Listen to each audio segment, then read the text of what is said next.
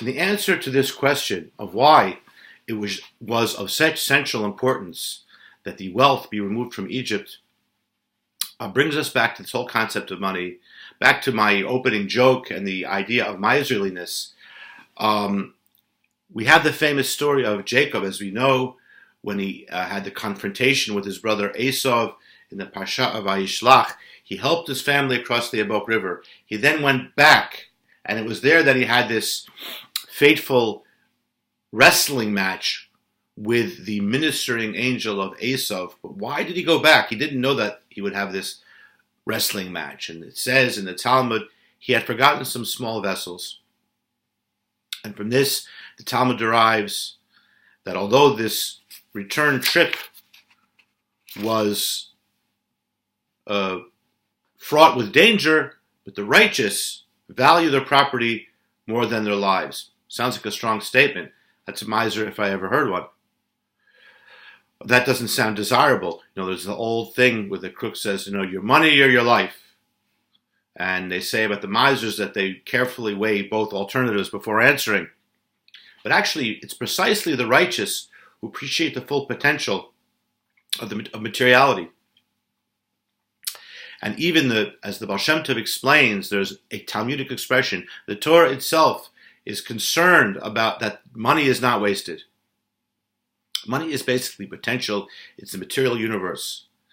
Now let's come back to our question of exile, of the escape room, getting out of the room, and then to the second phase, which is really the essence of it, which is finding the treasure. We don't only leave exile, we come out richer than we were before with the potential to elevate the entire world.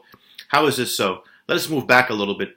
Yosef, when he was reunited with his brothers, he said, you thought that this was a bad thing, but God had a different plan in mind. I was here to sustain the whole world because there was famine everywhere. And none of the other regions near Egypt had supplies.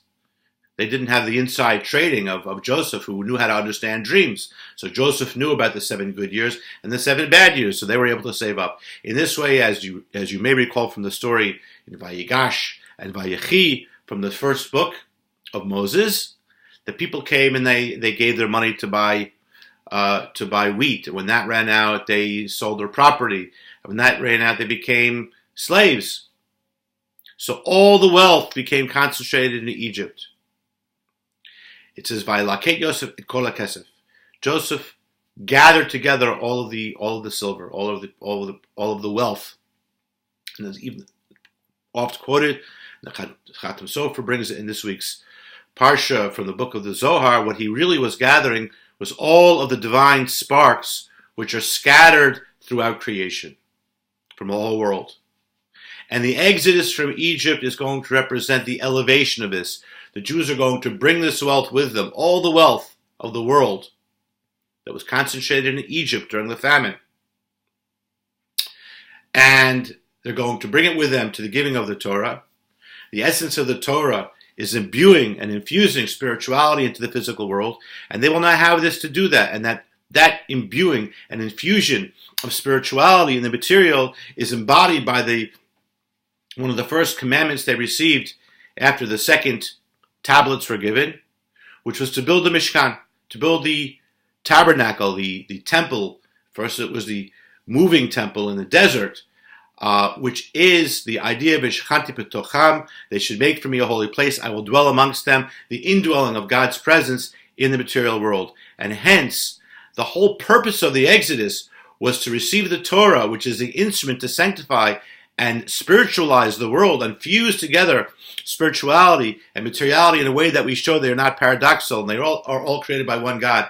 And then all of the sparks which are hidden in the materiality, hidden completely. We don't realize as we look at the material that it's something with a godly potential. And this is why it was so important. And hence, it was not merely that there was an extra compensation for all the suffering they went to, but taking the wealth out of Egypt represented actually the purpose, because when God sent Moses to Pharaoh, he said, let my people go that they serve me. And the serving refers to receiving of the Torah. And the Torah is what tells us how to take this materiality and how to transform it and how to elevate it.